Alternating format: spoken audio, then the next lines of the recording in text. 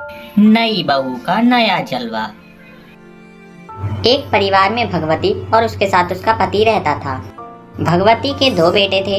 एक बेटे का नाम कमल और दूसरे बेटे का नाम सूरज था। उसकी एक छोटी बेटी भी थी जिसका नाम राखी था, और उसने एक बड़ी बेटी की शादी कर दी थी जिसका नाम घर में करिश्मा था। माँ, आपको पता है रक्षाबंधन आने वाला है, तो आप उसके लिए क्या क्या तैयारियां करेंगी बता तो दो, हमें भी, हम भी करेंगे।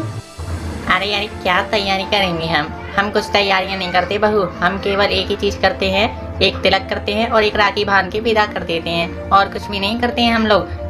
अरे माँ, ये तो बहुत बुरा है। मेरे घर में ऐसा कुछ भी नहीं होता है। हमारे घर में तो घेवर लेके आते हैं, देसी घी का बड़ा वाला, और उसके साथ। बस बस, बहुत हो गया, तूने बहुत बोल लिया। हमारे घर में ऐसा कुछ भी नहीं होता है। जैसा हमारे घर में चलता आ रहा है वैसा ही होगा, चाहे कुछ भी हो जाए। तेरे बोलने से कुछ भी नया नहीं हो जाएगा। भाई बड़ी कब से बड़ी बोली जा रही है कि बड़ा घेवर, देसी घी का घेवर। अरे तो माँ, मैंने इसमें क्या गलत बोल दिया? हमारे घर में तो घेवर ही दिया जाता है, और नमकीन भी उसके साथ। देखो बहू, ध्यान से सुनो, हमारे घर में कोई नई परंपरा नहीं अपनाई जाएगी इस टाइम। बड़ी खरोश बुढ़िया है ये तो। इतनी बदतमीज बुढ़िया तो मैंने आज तक अपने कभी भी सपने में नहीं देखी। और हाँ, अगर तुझे नए नए तरीकों को अपनाना है ना, तो अपने कहीं और चली जा, सेटल हो जा। यहाँ पे रहने की जरूरत नहीं है तुझे। अरे नहीं माँ, आपने तो गलत ही समझा है। हमारे घर में ऐसा ही होता है, इसीलिए मैं कह रही थी, नहीं तो मैं कहती भी नहीं। प्लीज माँ, आपने हमारे लिए एक रक्षाबंधन के लिए मंगा लेना ना घेवर। बड़ा अच्छा आता है घेवर खाने में भी। अरे क्या पागल हो गई है? तुझसे एक दो बार कह तो दिया है, तब भी तुझे समझ में नहीं आ रही है। बार बार बार बार बार बार बोलती ही जा रही है, अपनी ही धुन में चली जा रही है। तुझसे एक बार बोल दिया कि नहीं आएगा घेवर तो नहीं आएगा। केवल हमारे यहाँ तिलक होता है और राखी बनती है, और उसके बाद विदा। नहीं माँ, मैं लेके आऊंगी अपने पैसों से घेवर। मुझे नहीं पता, मैं अपने भाइयों को घेवर ही दूंगी और देती ही रहूंगी हमेशा। ठीक है, मैं भी देखती हूँ तू कैसे घेवर लेके आती है। देखती हूँ, देखूंगी कैसे लाएगी। हाँ हाँ माँ, आप देखती रह जाना। देखिए, मैं 4-5 घेवर लाऊंगी बड़े बड़े, जिससे कि आपको चढ़ा भी सकूं। और देखिएगा, मैं दूंगी जरूर और हमेशा देती रहूंगी। पूनम अपनी माँ भगवती को चुनौती देती है घेवर लाने के लिए। क्या आपको लगता है वह घेवर लाकर रखेगी? वह गुस्से में अपने कमरे में निकल जाती है। भगवती को भी बड़ा ही गुस्सा आता है, लेकिन वह भी अब बेचारी क्या करे, वह वहां से चली जाती है। जैसे उसकी परंपरा आती चली आ रही है, वह वैसा ही तो करेगी। रक्षाबंधन आने में अभी 2 से 3 दिन थे, लेकिन रोड पे तो ऐसे ही जाम लगा हुआ था जैसे कि आज ही रक्षाबंधन है। रोड पे बहुत भीड़ थी। राखी अपनी बड़ी बहन कामनी को कॉल करती है।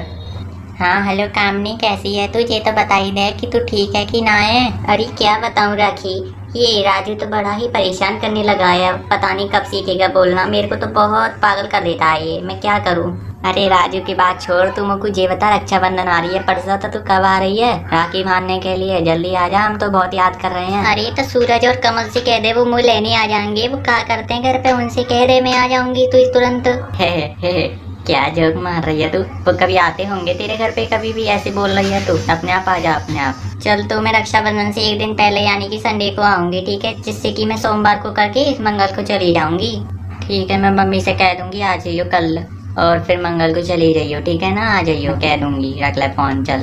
भगवती अपने पति मनवीर सिंह को अपनी बहू पूनम की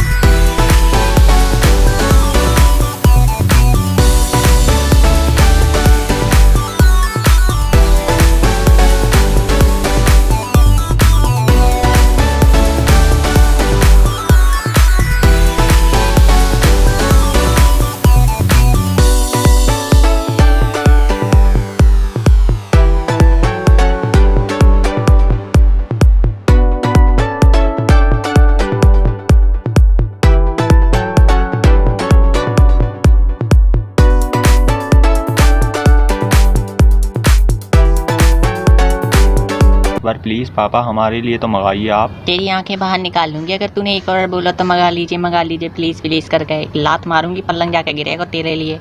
अरे अरे क्यों नाराज हो रही हो, नहीं लाऊंगा मैं, ठीक है चलो जाओ अपने अपने कमरों में जाओ और आराम करो, रक्षाबंधन परसों है। ऐसा कहकर वह चारों अपने अपने कमरों में चले जाते हैं। अरे सूरज जी, मैंने अभी आपकी मम्मी से कहा था कि घेवर लाने के लिए मैं अपने भैया को घेवर दूंगी देशी घी का, तो उन्होंने मुझसे साफ इनकार कर दिया कि हमारे घर पे कोई घेवर का नामो निशान नहीं आएगा। हाँ वैसे माँ सही बोल रही हैं, हमारी परंपरा में घेवर नहीं खिलाया जाता। हमारे यहाँ पे तो केवल बूरा दे देते हैं या फिर चीनी दे देते हैं और रक्षाबंधन पर राखी बांध के विदा। नहीं नहीं, मैं ऐसे रक्षाबंधन नहीं बनाऊंगी, मुझे तो घेवर चाहिए। मैं अपने भाइयों को घेवर दूंगी देशी घी के, वो भी 5-5, मुझे नहीं पता, और उसके साथ नमकीन भी लेके आना मेरे लिए। अरे अरे तुम जिद क्यों कर रही हो, मत मंगाओ ना, तुम ऐसे ही बूरा या फिर चीनी खिला देना, हो जाएगी रक्षाबंधन, नहीं तो माँ गुस्सा हो जाएंगी, फिर हमसे मत कहना कुछ भी तुम। और वैसे भी फिजूल खर्ची है ये सब तो।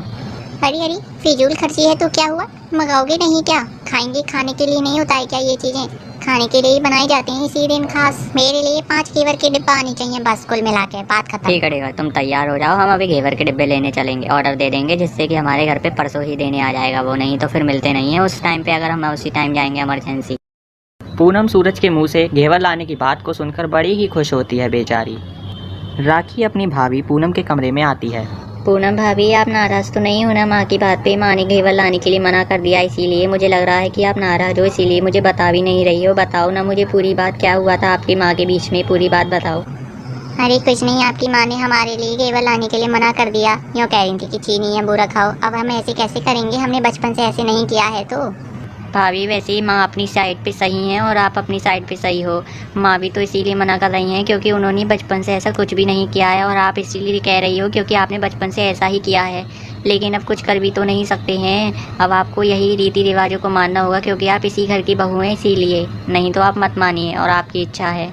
हाँ हाँ, मैं अपनी ही मर्जी चलाऊंगी। अभी मैं जा रही हूँ सड़क पे और वहाँ से घेवर लेके आऊंगी बाजार से, बहुत बढ़िया वाला देशी घी का लेके आऊंगी, और आपकी माँ को बहुत चढ़ाऊंगी, देखना। तो बड़ी कह रही थी कि पैसे फिजूल खर्ची के खर्च होंगे, फिजूल खर्ची, ये त्योहार है ना कि कोई फिजूल खर्ची। अरे आप माँ से पंगा क्यों ले रही हो, माँ दुखी हो जाएंगी आपकी वजह से, रहने दीजिए ना, आप बुरा खा के ही काम चला लीजिएगा। क्या आपको थोड़ी नहीं खाना है, आपके भाइयों को तो खाना है। बहुत हो गया राखी दीदी, अब आप कमरे में जाइए आप। अरे माँ आपको बैग पता है ऑफिस का, मैं पूनम को भी लेकर चला जाऊंगा और अपना भी काम सिलटा आऊँगा, वो बेचारी कह रही है घेवर लाने के लिए, इसीलिए मैं चला जाऊँगा। अच्छा बेटा, इसका मतलब इसने तुझे पूरी बात बता ही दी, तुझ पे रुका नहीं गया ना पूनम बेटा, तो इसका मतलब बड़ी ही डंकनी है। तूने तो मेरे दिल के साथ साथ अपने पति के भी दिल को डस लिया है अच्छे से। अरे क्या डस लिया, आपने तो राई का पहाड़ बना के रख लिया थोड़ा सा घेवर लाने के लिए। क्या कह दिया, मैं ऐसी थोड़ी नहीं हूँ बिना घेवर के ही रक्षाबंधन बना लूंगी, जब से मैंने कह दिया आप। हाँ हाँ बेटा, बाट मैं भी देखती हूँ तू कैसी बांटेगी रक्षाबंधन पे घेवर, वो भी देसी घी के, वो भी 5-5 बाट मैं भी देखूंगी तुझे, तू कब जीतेगी कि मैं जीतूंगी। जा चली जा। अरे क्या हो गया तुम दोनों में, ऐसे लड़ाई क्यों कर रही हो, थोड़ा सा घेवर ही तो खाना है, खा लीजिए ना। मम्मी रहने दीजिए, जाने दीजिए इसे। हाँ भैया, अगर आपको घेवर मिले तो थोड़ा सा घेवर इधर भी सरका देना, हम भी खा के देखेंगे, बहुत सालों से खाया नहीं है कैसा होता है। हम तो अब इसका टेस्ट भी भूल गए हैं, कैसा बनता है वो घेवर, गोल गोल तो पता है। ठीक है, तो माँ अब हम जा रहे हैं घेवर लेने के लिए, और आपको दिखाऊंगी घेवर लाके कैसा होता है। आपने खाया नहीं है इसीलिए आप लगता है मना ही कर रही हैं, देखती हैं। हे भगवान, जहाँ पे तो घेवर का भूत ही चढ़ गए लग रहा है, आज तो जाको घेवर खाना ही है तो खाना ही है, नेक भी रुकेगी ना घेवर खाए हुए नागिन कहीं की। आजकल की भी बहुएं ऐसी हैं, अपने के अलावा अपनी सासू माँ की तो जरा भी न सुनती है और ना ही घर वाले इनकी सुनती। माँ वैसे मैंने आपसे अभी वो मांगा था बैग, कहाँ है मेरा ऑफिस वाला, मुझे मिल नहीं रहा है, बता दोगी अब आप कहाँ पे है कि बातों को पलटती ही रहोगी। अरे इनसे क्यों पूछ रहे हो, मुझे पता है कहाँ रखा है आपका ऑफिस वाला बैग, नहीं तो केवल एक चीज पता है। भाभी रुक क्यों नहीं, बताइए आप क्या बताने चाह रही हो, अब क्या पता है मम्मी को। पूनम तभी रुक जाती है, वह कोई भी प्रश्न का आंसर नहीं देती है, वह केवल अपने पति को बताती है। अब सोच में पड़ गई हो या बताओगी भी अब थोड़ा बहुत हमें आंसर। आपके उसी वाले कमरे में रखा है जिसमें अब आप सोते हो, उसी पुराने वाले कमरे में मैंने ही रखा है अभी अभी, जाओ ले आओ अपना कमरे में से। ठीक है माँ प्रणाम, अब हम दोनों जा रहे हैं। ओहो, ये लड़की तो बड़ी ही बदतमीज निकली, ये तो अपनी माँ की भी बात नहीं मानती, ये क्या मानेगी। बदतमीज बुढ़िया कहीं की, कैसे देख रही है मुझे, कैसे लगे एक चाटी चाटी मारती चली जाऊँ इसे तो। भगवती और उसका बेटा दोनों ही बड़बड़ाते हुए रह जाते हैं और उसे देखते हुए देखते रह जाते हैं।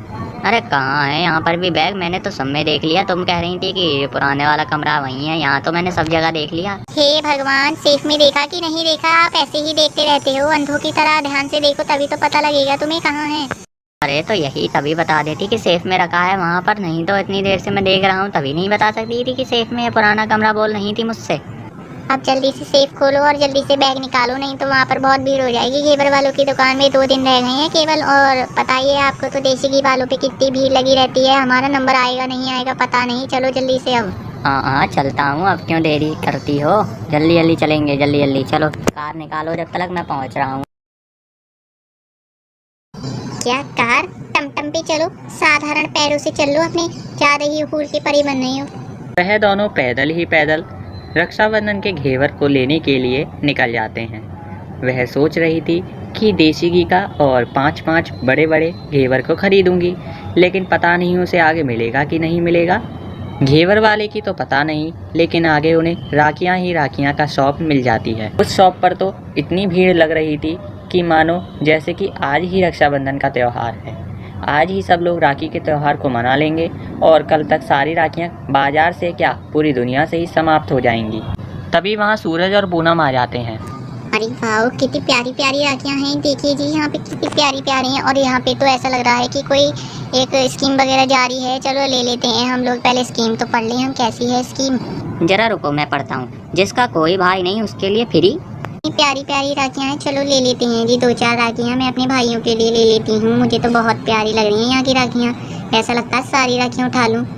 अरे राखियाँ तो बाद में ले लेना, पहले हम रक्षाबंधन का घेवर ले आए, नहीं तो घेवर खत्म हो जाएगा तो फिर सब नाश हो जाएगा। राखियाँ तो यहाँ कहीं भी मिल जाएंगी और सारी थोड़ी ना खत्म हो जाएंगी, लेकिन घेवर तो खत्म भी हो सकता है। ठीक है, तो अब आप इस शॉप का फोटो खींच लीजिए जिससे कि हम भूलें ना आगे चलते हुए, और पीछे आएंगे ना तो इसी से राखियाँ खरीदते हुए चलेंगे। सुई सारा काम खत्म हो जाएगा, नमकीन का रह जाएगा, वो आप ऑफिस से आओगे तब ले लेना, ठीक है ना। सुई मेरे भाइयों की बल्ले बल्ले हो जाएगी इतनी अच्छी राखियों से। अरे मैं नहीं आऊँगा यहाँ पे, मुझे बहुत देर हो रही है, मुझे अपने ऑफिस भी निकलना है अभी। तुम्हें तो क्या है, तुम घर पे फ्री हो, मैं नहीं हूँ, लेकिन मुझे जाना ही पड़ेगा। अरे नहीं नहीं, आपको आना ही पड़ेगा मेरे साथ, मैं तो यहीं से राखियाँ खरीदूंगी। मुझे यहाँ की राखियाँ बड़ी ही पसंद आ रही हैं। एक बार आ जाइएगा ना प्लीज, एक दिन की ही तो बात है, आ जाइएगा ना प्लीज। अरे तुम बहुत जिद करती हो। तुमने घर पे भी जिद करी थी माँ से कि रक्षाबंधन पे घेवर ही लाऊंगी, घेवर ही खिलाऊंगी, और वो भी 5-5। और यहाँ पे भी जिद कर रही हो कि मैं पहले राखियाँ खरीदूंगी, फिर मैंने कहा राखियाँ बाद में ले लेंगे, तो तुम अब कह रही हो कि यहीं से खरीदेंगे, पीछे लौट के आएंगे। मुझे लेट भी तो हो रहा है, मैं नहीं आऊँगा यहाँ पे दोबारा से। एक बार में ले लो, अगर चाहिए तो तुम्हें यहीं से ले लो। क्या कहा आपने? मैं जिद कर रही हूँ? मैं तुम्हें जिद्दी लग रही हूँ? इसका मतलब कि आप मुझे पसंद नहीं करते हो क्या नेगपी? अब शांति से यहाँ से चल रही हो या फिर मैं अपने ऑफिस ही निकल जाऊँ बिना घेवर दिलाए तुम्हें। जल्दी से चलो अब यहाँ से, मैं रुपए टाइम नहीं है जरा अभी। अब भैया जी मेरे लिए राखियाँ बचा के रखना, मैं अभी आ रही हूँ आधे पौन घंटे में, मुझे थोड़ा सा समय लगेगा। हाँ भैया जी, अभी आपके ही पास आएगी, रक्षाबंधन का घेवर का ऑर्डर देने जा रही है, बस थोड़ी देर रुक जाओ। वह दोनों रक्षाबंधन के घेवर वाले की दुकान पर पहुंच जाते हैं। हाँ जी भाई साहब, आइए आइए, हमारे पास नमकीन से लेके घेवर तक का सारा सामान मिलता है। बताइए आपको क्या चाहिए। हाँ हाँ, हम घेवर का ही ऑर्डर देने आए हैं। आप ये बताइए कि आपके पास बढ़िया घेवर है ना? बढ़िया वाला ताजी चाहिए हमको, बड़े वाले। हाँ जी बहन जी, अभी अभी बनाए हमने ताजी, आपके ही पीछे लग रहे हैं, बड़े ही टेस्टी और लाजवाब हैं, मीठे। ठीक है भाई साहब, 10 किलो पैक कर दीजिएगा, बहुत बढ़िया वाले देसी घी के होने चाहिए, जरा भी उसमें मिलावट नहीं होनी चाहिए, नहीं तो हम वापिस कर देंगे आपको खुले हुए, आपको लेने ही पड़ेंगे, नहीं तो मैं पुलिस कंप्लेंट करूंगी। अरे बहन जी, आपको पुलिस कंप्लेंट करने की कोई ज़रूरत नहीं होगी, मैंने ही अपने हाथों से बनाया, बड़े ही स्वादिष्ट हैं, एक बार खा के देखिएगा आप। क्या इतनी बड़ी दुकान में आप खुद ही बनाते हो? इतनी बुरी बात है इस चीज़ का मतलब तुम तो गंदे हाथों से ही बनाते होंगे, फिर नहीं चाहिए हमें। अरे अरे भाई साहब, आप तो नाराज़ हो गए। मैं तो आपसे झूठे को ही बोल रहा था कि मैं बनाता हूँ, मैं नहीं बनाता हूँ, मेरे नौकर बनाते हैं। क्या आप झूठ भी बोलते हैं? इसका मतलब जरूर हमारे घेवर में देसी घी नहीं मिलाया होगा, फिर मैं नहीं ले रही हूँ आपसे, चलिए। अरे बहन जी, एक बार चक्के तो देखिए, आपका मन पसंद हो जाएगा, बहुत ही अच्छे हैं, मीठे मीठे बड़े बड़े। नहीं रहने दीजिए, मैं झूठे लोगों से नहीं लेती हूँ, पता नहीं आपके घेवर कैसे होंगे, उसमें घटिया क्वालिटी का घी तो नहीं मिला होगा। नहीं, मुझे नहीं चाहिए, रहने दीजिए, मैं किसी और से खा लूंगी लेके।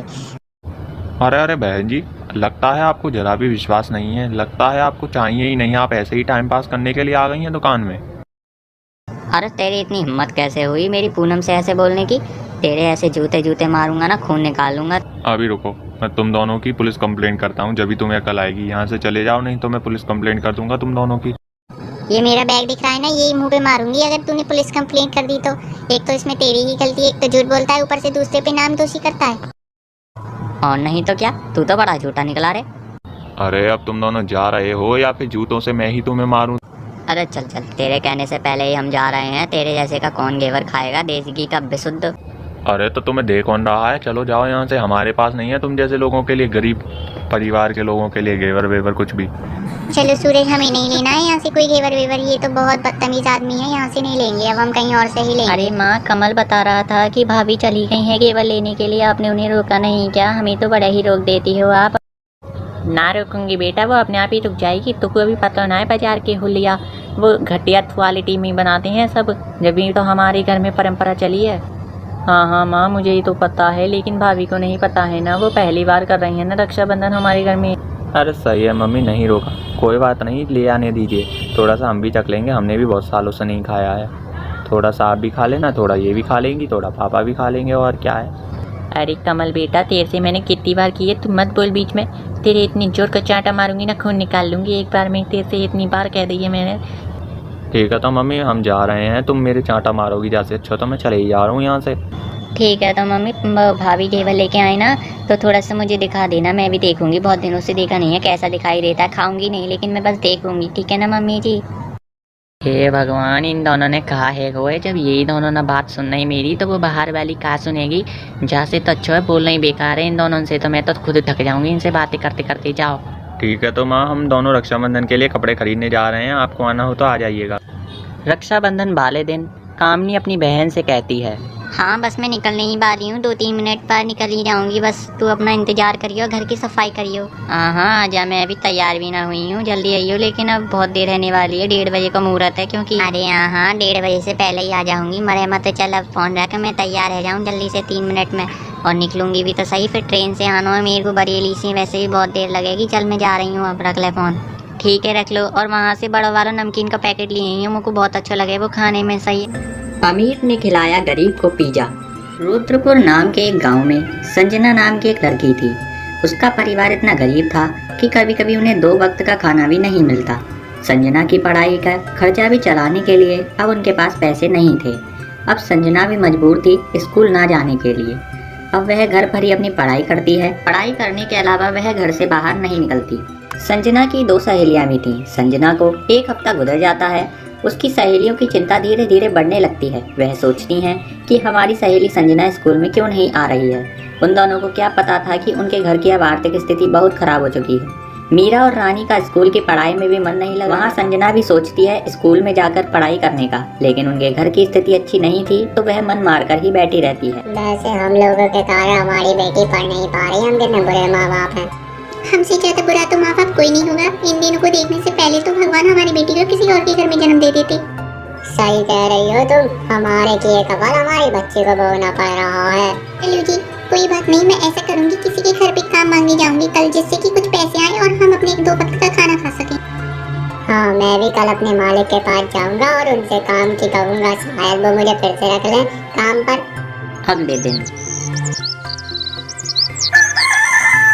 कविता काम मांगने के लिए पास के एक घर में जाती है।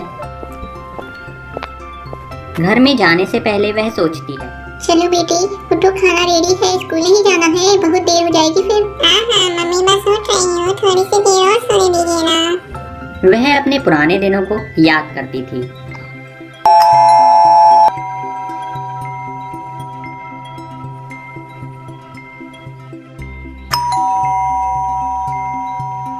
बहन जी, आपके घर क्या मेरे लायक काम है? नहीं, मेरे घर कोई काम नहीं है। देख लीजिए बहन जी, मैं आपके घर का सारा काम कर दूंगी, बस मुझे उसके बदले में 2 टाइम का खाना दे देना। तभी मोनिका मन में सोचती है, अरे वाह, कितना अच्छा ऑफर है।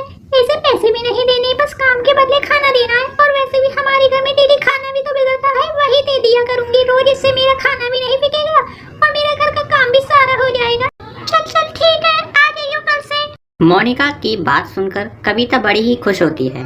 ठीक है बहन जी, मैं कल से आ जाऊंगी, आप मेरे लिए भगवान का रूप हो। ये मुझे भगवान समझ रही है और मैं राक्षसनी हूँ, राक्षसनी डस रही हूँ इसे। कविता यह बात अपनी बेटी को बताती है। संजना भी यह बात सुनकर बड़ी खुश होती है। मम्मी चलो, अब मैं स्कूल जा सकती हूँ, इसका मतलब। अरे नहीं बेटी, तुम अभी इतनी खुश मत हो, तुम स्कूल नहीं जा पाओगी। क्यों मम्मी, अब तो आपको काम मिल तो गया है। बेटी, काम ही तो मिला है, काम के बदले में हमें पैसे नहीं मिलेंगे। अच्छा मम्मी ठीक है। इस बात को सुनकर संजना फिर से दुखी हो जाती है। वैसे तेरे पापा कहाँ हैं? वह उसे आंसर नहीं देती है। और वहाँ से दुखी होकर चली जाती है। दूसरी ओर विनोद भी अपने घर की आर्थिक स्थिति को समझ रहा था। वह भी काम मांगने के लिए जाता है। अरे जल्दी जल्दी काम करो, नहीं तो मैं तनख्वाह नहीं दूंगा। अरे संजू इधर आ जा, ये सामान कितनी बार बोलना पड़ेगा तेरे को। अरे मालिक साहब, आपने मुझे पहचाना? अरे तू क्या कोई सलमान खान है कि मैं तेरे को पहचानूंगा? अरे साहब, मैं विनोद हूँ जो पहले यहीं पर काम करता था। हाँ तो बोल, क्या है तुझे, यहाँ किस लिए आया है? साहब, आपने मुझे 1 महीने पहले काम से निकाल दिया था।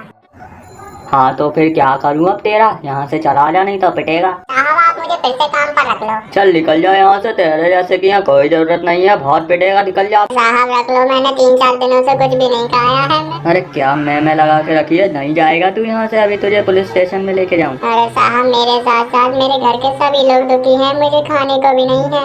वह उसकी बात बिल्कुल भी नहीं मारता और धक्का मारकर बाहर निकाल देता। विनोद यह बात अपनी पत्नी बबीता को बताता है और बबीता भी विनोद को अपने काम की बात बताती है। चलो कोई बात नहीं जी, आपको काम नहीं मिला तो क्या, मुझे तो मिल ही गया, अब हमें भूखा नहीं सोना पड़ेगा। हाँ, ये तो सही कहा, कोई बात नहीं, एक न एक दिन तो जरूर मिलेगा काम। हाँ, सही बोल रही हो तुम। भगवान के घर देर है अंधेर नहीं है, समझ रही हो ना तुम। यह सारी बात उसकी बेटी भी सुन रही होती है। वह भी वहाँ पर खड़े खड़े सोच रही थी। सभी छात्राओं को सूचित किया जाता है कि अगले महीने से आपके एग्जाम हैं, तो सभी अपने अपने एग्जाम की अच्छे से तैयारी करें। यदि कोई भी छात्रा फेल होती है तो इसमें विद्यालय की कोई जिम्मेदारी नहीं होगी, और यदि कोई भी छात्रा फेल भी हो जाती है तो उसमें एक पेपर के 2000 रुपए लिए जाएंगे। एक पेपर के, याद रखिएगा। सभी बच्चे कान खोल कर सुन लो, ठीक है? अब मैं जा रही हूँ। चलो तो अब मैं भी खाना बना लेती हूँ। घर में कुछ है खाने को? डिब्बे में थोड़े से चावल बचे हैं, वही बना देती हूँ। ठीक है, बना दो, मैं हाथ मुँह धो लेता हूँ। हाँ ठीक है, जाओ। संजना को बार बार अपने पुराने दिन याद आते रहे, इसीलिए वह घर से भी बाहर चली जाती है थोड़ी देर अपने माइंड को फ्रेश करने के लिए। संजना को आगे चलकर उसके स्कूल की दोनों फ्रेंड मिल जाती हैं। अरे संजना, स्कूल क्यों नहीं आ रही है? पता है तेरे बिना हमारा बिल्कुल भी मन नहीं लग रहा है स्कूल में। हाँ संजना, पारुल सही बोल रही है। और तुम्हारे ये कपड़े इतनी मैली कैसे हो रहे हैं? अरे पारुल और माधुरी, तुम्हें क्या बताऊं, अभी तुम्हें मेरे घर की आर्थिक स्थिति के बारे में पता नहीं है। मेरे घर में अब खाने के लिए भी कुछ नहीं बचा है। अच्छा, ऐसा क्या हुआ है तेरे घर में? मेरे पापा और मम्मी जहाँ पे काम करते थे वहाँ से उन्हें निकाल दिया है 2 दिन पहले। अच्छा, कितना बुरा हुआ है तेरे साथ। भगवान हमेशा अच्छे लोगों का भला करता है। अभी वहाँ एक अमीर आदमी गुजरता है और कहता है, हे चल बेकारिन, यहाँ से हट, मुझे निकलने दे। बेकारिन किसे बोलता है? इसे बोल रहा हूँ, बोल क्या है? और तू बीच में क्यों बोल रही है? इतनी लात मारूंगी कि घर पर जाते दिखेगा, बीच में खुद बोल रहा है। अमीर आदमी वहाँ से चला जाता है, उनसे कुछ भी नहीं कहता है। उसे लग रहा था कि उस गरीब का वह अपमान करे, लेकिन उसकी फ्रेंड ने ऐसा कुछ नहीं होने दिया। हे भगवान, मैंने जरूर पुराने समय में कोई पुण्य किया होगा कि तुम मेरी सहेली हो, नहीं तो इस जालिम दुनिया में कौन हम गरीबों की मदद करता है। ए संजना, कुछ ज्यादा नहीं बोल रही है अब तू? अब तूने अपने आप को गरीब कहा ना, तो मैं तुझसे कभी बात नहीं करूंगी।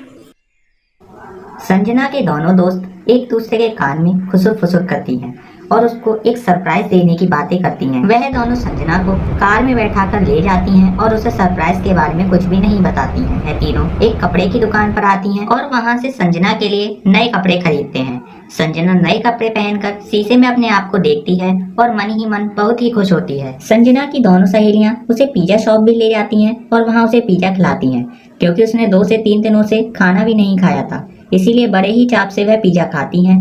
यह था सहेलियों का एक दूसरे के प्रति प्यार। तो दोस्तों, यदि आपकी भी सहेली या सहेला आपके लिए भी ऐसे ही जान छिड़कते हैं तो हमें कमेंट में जरूर बताइएगा। यदि आपको वीडियो पसंद आई हो तो वीडियो को लाइक कीजिए और चैनल पर नए हैं तो चैनल को सब्सक्राइब कीजिए। मिलते हैं अगली वीडियो में, तब तक के लिए जय हिंद, जय भारत।